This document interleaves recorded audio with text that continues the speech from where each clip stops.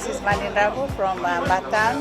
I love listening to Gold FM, only the classic hits. I'm Sela Sadakau from Vatukola.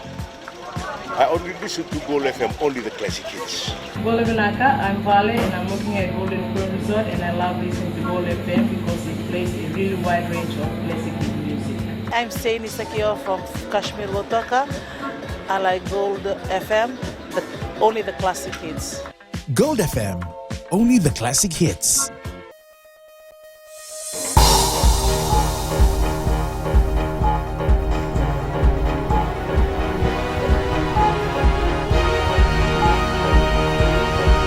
Good evening, I'm Jackie Spate. This is FBC News. Tonight, a controversial group formed years ago re-emerges in association with a Chinese billionaire. Prime Minister Vorenge Bainimarama officially opens PIDF forum in the Solomon Islands. Government tells Fijian Holdings Limited to invest in new technology in order to purchase the government printery.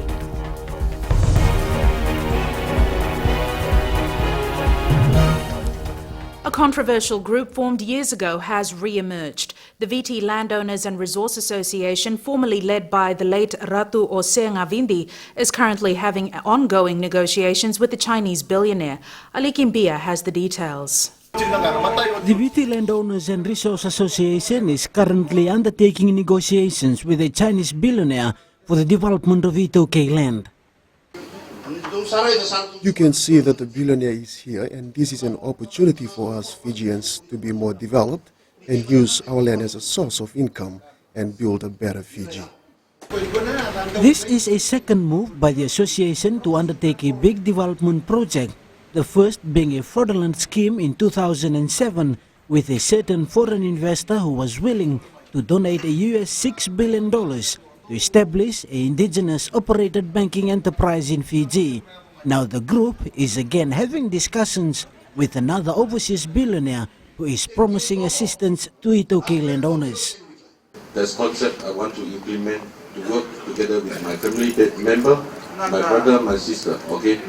It's 3 generation, 2 cares, 1 action.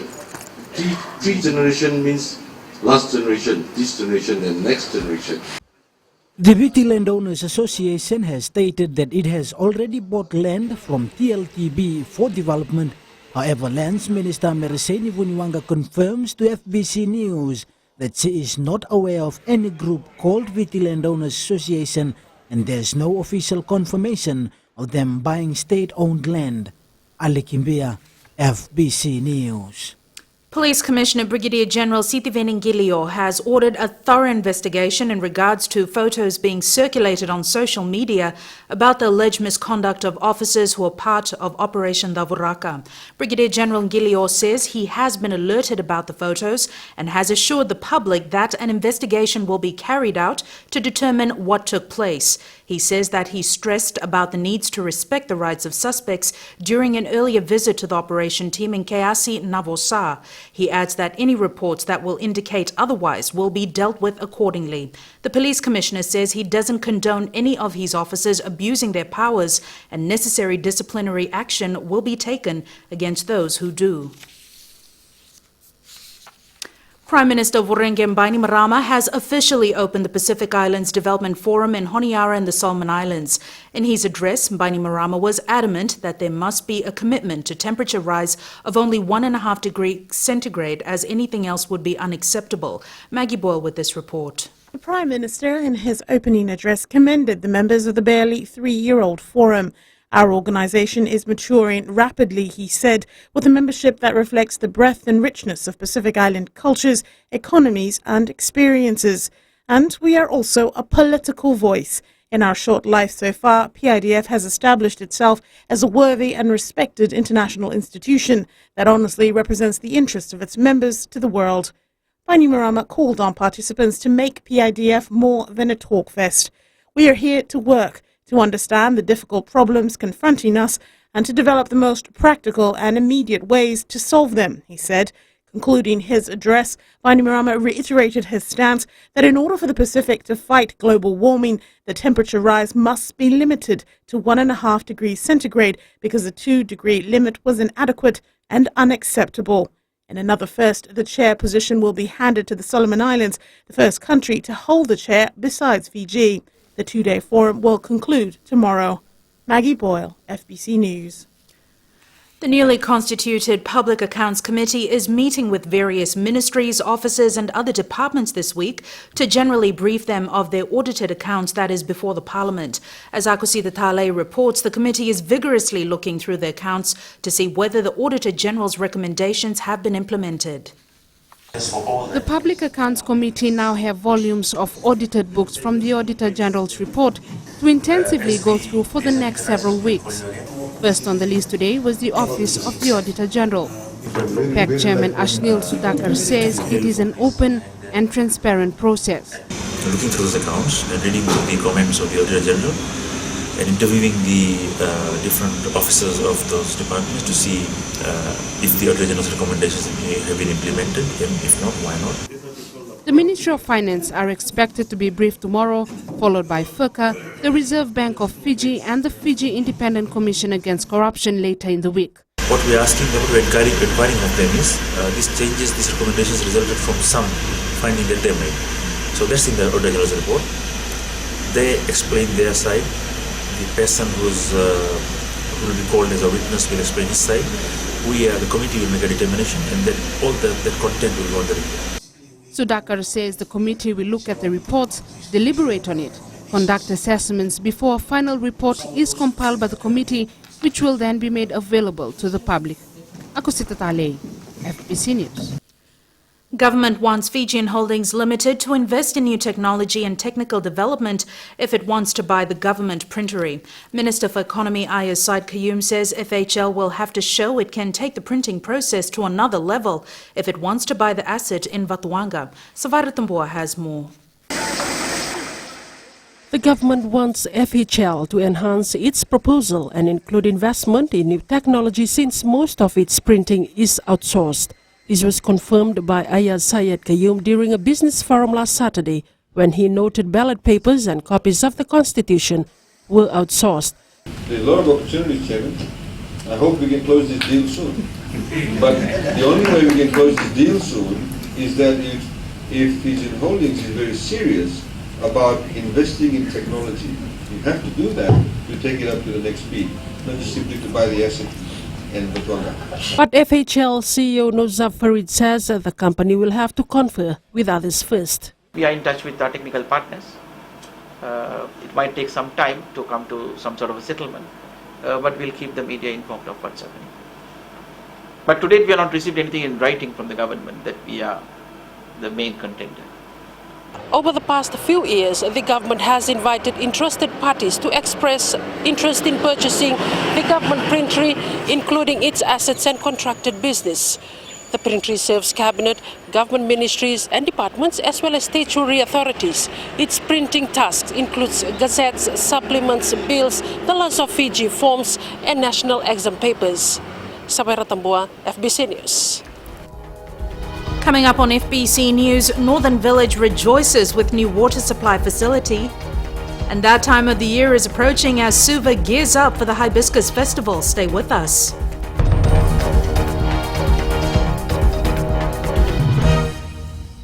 And I love listening to Today FM Rocks. My name is Freddy. I'm from Gamiatong. I listen to Mario on the traffic jam every afternoon. Hi, my name is Sala. I live in Asinu. Today FM Rocks. My name is Denasa and I'm from Lutoka and I love listening to Today FM. My name is Mulamila. I work at Golden Point Resort. I love listening to Today FM. It rocks in Raki Raki. I'm Mary from Mandera. I love listening to Today FM. Today FM rocks. We love listening to Today FM. Today FM rocks. Today's hit music on Today FM.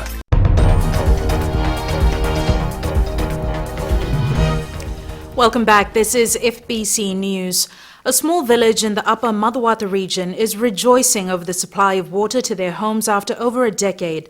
Navukimbuli village is one of the many villages that faces water problems due to accessibility. Eleanor Tarangaivu with this report.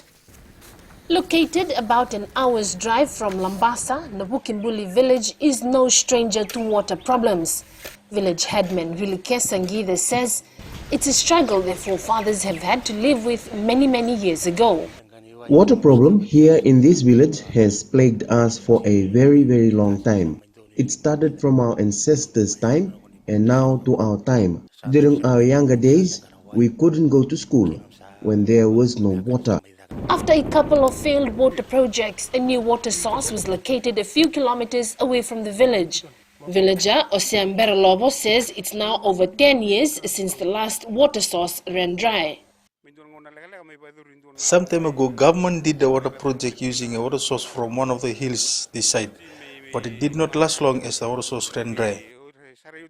That's about a decade ago, so we had to look for another water source. With help from the Commissioner Northern's office under the self-help projects in the form of a generator and a water pump, water is now being supplied directly to the villagers' homes. This is a very dry area. We hardly even get rainfall. For years, we have had to get water from the hill that side. We walk a few kilometers to get there. We do our washing and also bath there. Then we fill our buckets and bottles and carry them back to the village. Now we don't have to do that anymore.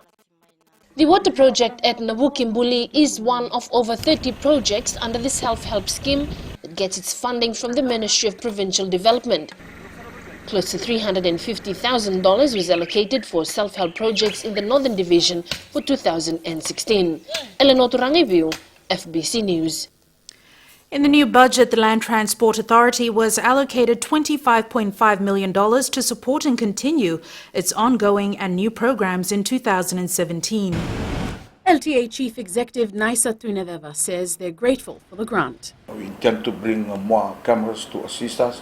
The job, the demand has increased, and we are resorting to technology to assist us in enforcing law and making sure that our roads are safe. And also, we're looking at how we're going to have more, not only the officers, but the manpower too, that will assist us. Tunadeva adds that the increased number of vehicles on our roads is another challenge the authority has to deal with come 2017. The road death toll currently stands at 25 compared to 35 for the same period last year. And Tunadeva says people need to understand how important road safety is. 5 years ago, our total vehicle population was just around 80,000. Now, as we talk, it's around about close to 105,000. It's something for us to know how we're going to continuously provide education to the public on how to use roads with safety at the back of their mind. From the total of 25.5 million, 19 million will be for operating budget and 6.5 million will be used for capital expenditure. Ellen Stahls, FBC News. Teenage girls in Pacific Island countries face a greater challenge than their male peers in terms of equality and violence. This was highlighted by United Nations Director Dr. Laurent Zesler while speaking to students in Suva today. He says investing in girls will help Fiji. Kelly Badala reports. This year's World Population Day theme is investing in teenage girls. It aims to provide solutions to challenges that young women face within their society, issues that prevent them from building a better future. Like Fiji, sometimes there is the issue of teenage pregnancies. I'm sure you have heard about some case. There is the issue of violence, against girls, in particular. We have the issue also early marriage. Sometimes, marriage is taking place at an early age. These are the issues that we know. Ministry of Youth and Sports Permanent Secretary Alison Burchell says that young women and men could contribute a lot to the growth of the economy with the decisions they make today. One of the main reasons that you need to be able to make decisions for yourself, and boys and girls, young men and young women, is because we need people to contribute to the economy in Fiji. Many young people say it's critical for society to understand what challenges young women go through. It's just the culture of silence that we live in, and because still culture and tradition is still a barrier in trying to practice their rights as women. In the Pacific is that girls are the ones that is facing more challenges in life, and we're the ones who's been criticized and been victimized in our own society. Understand what is happening to girls so that when I get married, so that I can know what girls will do. According to the United Nations Population Fund, teenage girls around the world face enormous challenges. They are considered by their communities or parents to be ready for marriage or motherhood. Many are forced out of school, damaging their future perspectives. Yet, when young girls are empowered, when they know about their rights and are given tools to succeed, they become agents of change in their communities. Kelly Vadala, FBC News.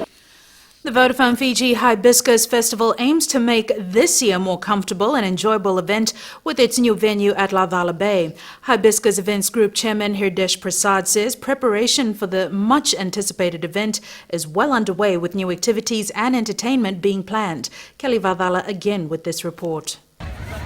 Plans for the Mother of All festivals are currently being finalized, but logistics remain a challenge. The planning is very hectic this year because there's a lot of logistics needs to be associated with the festival, and a lot of logistics that are available in the venue that we have, which will make our work a little easier. It should be a lot different than a lot of previous Hibiscus that we had.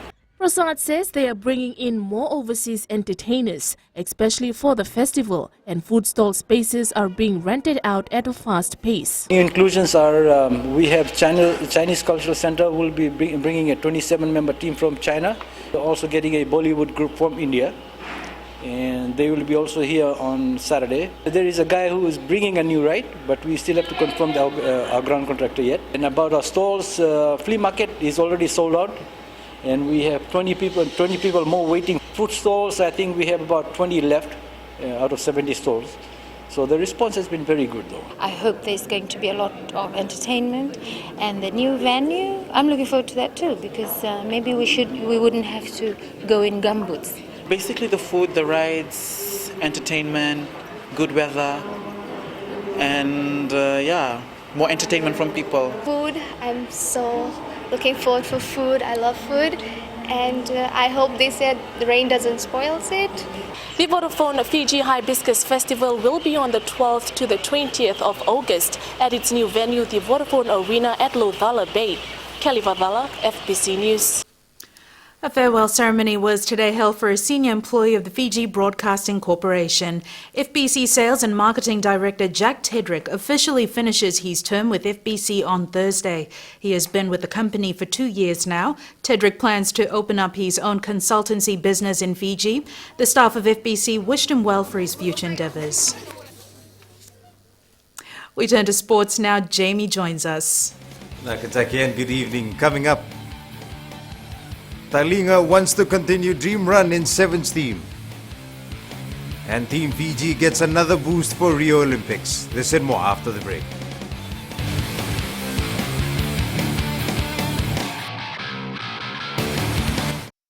आपको खरगंगा के रंजिला का नमस्कार।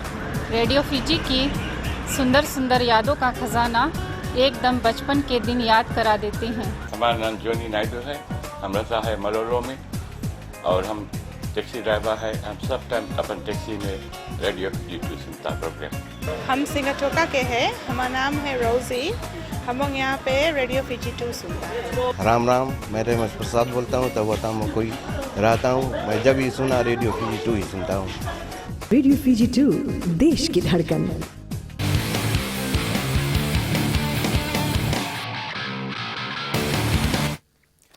Vodafone Fiji 7's utility Kichane Talinga has one dream, and that's to make the final 12-member team for the Rio Olympic Games. Talinga has lasted 4 weeks in camp with the national side and is only a few days away from finding out if this dream will become a reality. Vashnil Prasad has more. Still fresh in the mind of Kitione Talinga is the time when he was dropped from the Fiji 7 squad. Apologize for that. We'll try to come back to that story a bit later. Continuing with the bulletin, Athletics Fiji is hopeful it will send its best athletes to the Olympic Games next month. The Federation, through Team Fiji and Fasanok, have written to the International Association of Athletics Federation asking for 2 universality places in the division. Vashnil Prasad reports. After failing to automatically qualify to the Olympic Games this year, Leslie Copeland and Banuve Tambakaudoro would still yet represent Fiji in Brazil next month. We believe that we stand a very, very strong case, and we have great faith that we have a very strong case to try and convince the IAAF with the Universality Commission to reconsider the universality places. Team Fiji chef de mission Kathy Wong believes Copeland and Tambakaudoro stand a great chance to be awarded the unique 2 place in the Olympics. Right now is, with his throwing, he's only 2.8 meters short of the qualifying standard. That in Olympic qualification is a high-ranking athlete. Banuve has got a national record, and he has performed consistently with both his 100 and 200 meters, and he is by far the fastest athlete in the Pacific. The announcement whether they will be included will be made on Thursday. Ashnil Prasad, FBC Sports. The Fiji Association of Sports and National Olympic Committee received another boost today for the Olympic Games. Vodafone, the gold sponsor for Team Fiji to Brazil, has gone a step further to provide training uniforms. These uniforms will be given to all Fiji athletes preparing for the Rio Games next month. This training kit is over and above what Vodafone has already given to Team Fiji. So Team Fiji is really, really grateful for you taking the initiative to help us in the final phase of our preparation. I think Vodafone put up his hands to become the gold sponsor for Team Fiji to ensure that we help prepare the team well. Meanwhile, Team Fiji's assembly will be held on Saturday.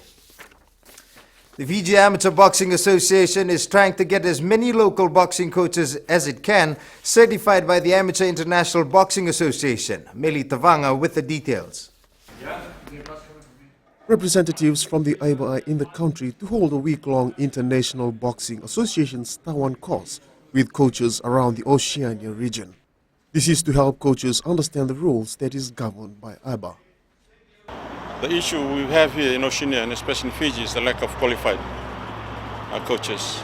And I'm talking about AIBA accreditation. So when we came on board last year, the new board, that was one of the key drivers was trying to get as many local people as possible qualified. So an approach was made to AIBA, and they are now hosting the Oceania workshop. Baravilala says only 2 coaches from Fiji are certified. We apologize again for that technical error. That's it from sports this evening. Business is up next with Jackie.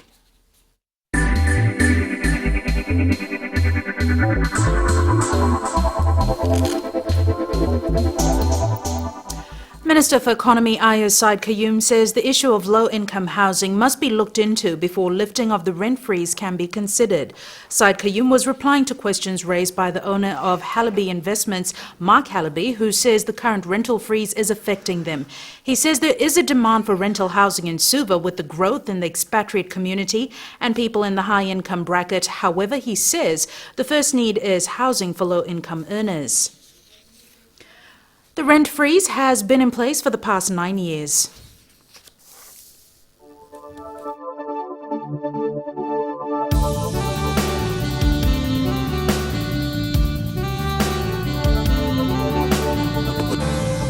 A mix of sun and clouds with occasional showers was the weather pattern about the eastern and southern parts of the country. Expect a chilly night. Best to keep those warm blankets handy.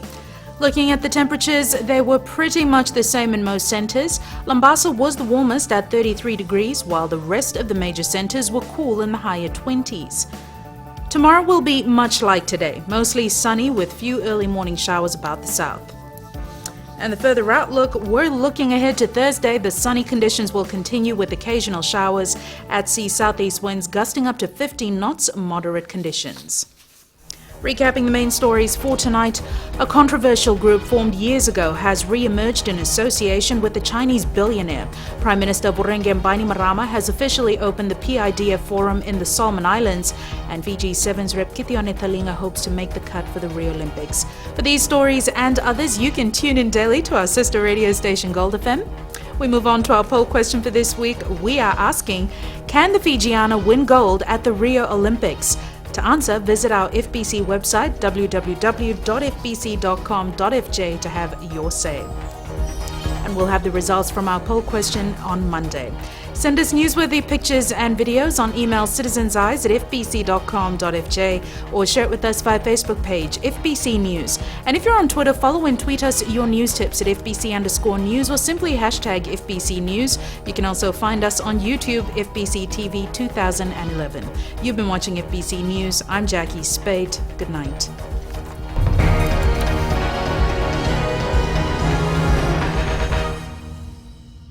Alango Katonasia Tugotua, Awonia Saurara, although we will take you on a TV and a market Tawa. Although Talitagana, Warrona, Bula FM, and Nambandu and a set. Pulamana Viti, Nadango Palacio Materia, one of my Nanan Bula Tabiuni, Ausatuga Nandi, and the Talita in Warrongo and a Bula FM. Bula! Bula FM, number 2 and seri.